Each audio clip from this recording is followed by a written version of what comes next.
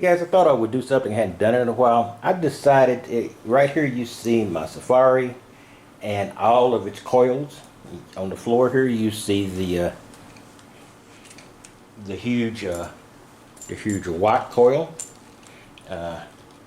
Coiltek, and you see here the very small, I guess that's 5.5 inch coil, also Coiltek. And of course here you see the standard coil I've got here that's attached to the Safari. So well, I found something. If you notice, I haven't used the Safari in a while. I've been using mostly the Deus. It's not because I fell out of love with the Safari, because the Safari is a very important part of my process of detecting.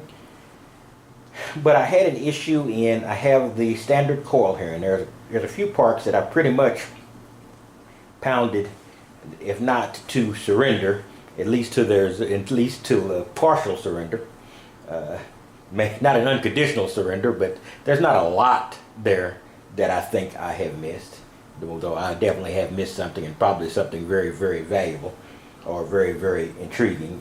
You never assume you've pounded out even the smaller parts, and the sub areas of those parts I've hit most heavily.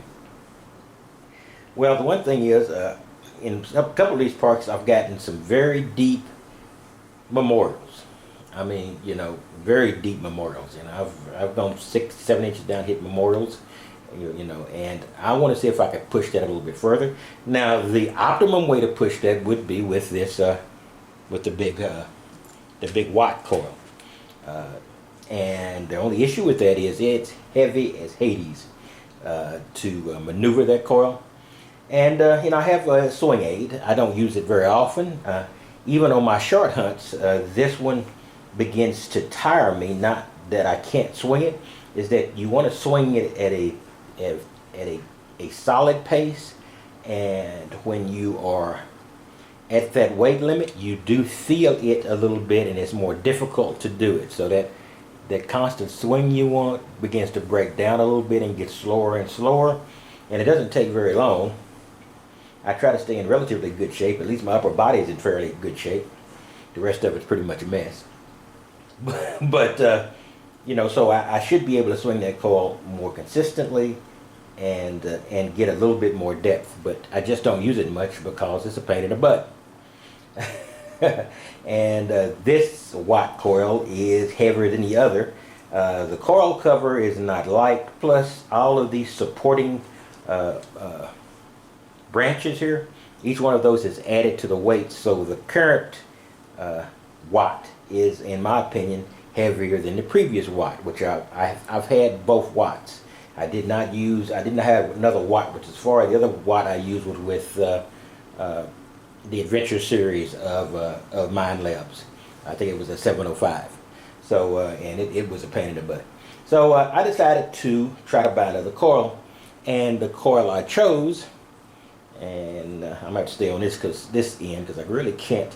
This room is horribly junky because I'm getting ready to move, so I'm not going to maneuver behind the tripod. But this is the Core's coil, and the Core's coil is very reminiscent of the nail coil, and I think they might have common origins, being the Ukraine. Let me take a look at the packaging here and see if there is some commonality there, because I really have trouble. Let me move this. I really have trouble seeing this as not a nail coil made in Ukraine. So I think this might be a repackaging of the nail, but I don't want to say that and be wrong. But it's almost identical to the nail coils I've seen. And so let me pop this open and let's take a look at it. This new coil. Now this new coil is slightly larger than the stock coil.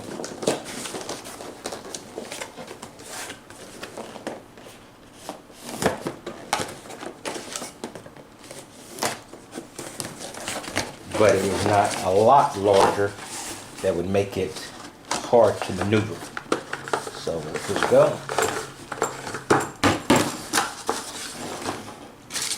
cores, your crane. Have a warranty card I have to fill out. Alright, put that to the side. Good, it's got its own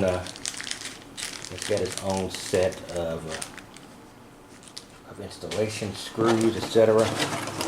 And this is the core Strke Coil. And very, very, very similar to the nail coil in almost every way.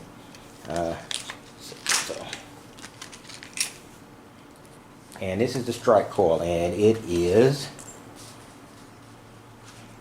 somewhat bigger than the standard coil, and it promises to be, I don't know, 15, 18, 20% deeper. We'll see about that as time goes by.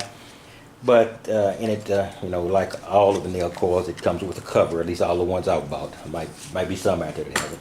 So let me get this installed and pause this, and I will be right back. All right, I'm back. It took a little while to get that on there. As usual, when you get a third-party manufacturer, Coiltek might be the only one that's exempt from that. Sometimes threading the cable back through the lower shaft is a little bit of a pain in the butt. The top shaft is no problem. You just start it and just push it down, and voila, it works. But that's just standard. It wasn't that big of an annoyance. I did have to get a piece of paracord I have from some other things I like to do, and I tied it off, and then of course threaded it through first, and then stuffed it and pulled, stuffed it and pulled, stuffed it and pulled till I reached the end of the coiled part of the line, and zoom, it went all the way through. So you know, it's just par for the course. And here we go. This is the core Strke. Like I said, very reminiscent of the nail coil. And you can see here, I will try my best to lean this down a bit. Sorry if you see any junk around here. I am in the process of getting ready to move in the near future. Now the stock coil. This is the stock coil, and this is the replacement. Not the replacement, but this is the slightly larger coil.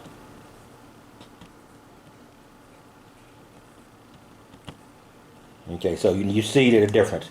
The large coil is 12 by 13, and I believe that the stock coil is 10 inches in diameter. So I'm going to be getting this. I'll probably do a few tests before I get it out in the field. Unfortunately, I will not be doing anything tomorrow. I have a wedding to go to, but not my own, thank God. So that is the core Strke. Like I said, very reminiscent of the nail, same country. So I don't know whether it's the same organization yet. And by the way, this is you know, I'm going to put a little tape here, as you always should, or protection, because this will rub, and I guess in given enough time, rub through that cable. But that's with even the stock coil. I try to do that with. In any case, that's all I've got, and I will talk to you later.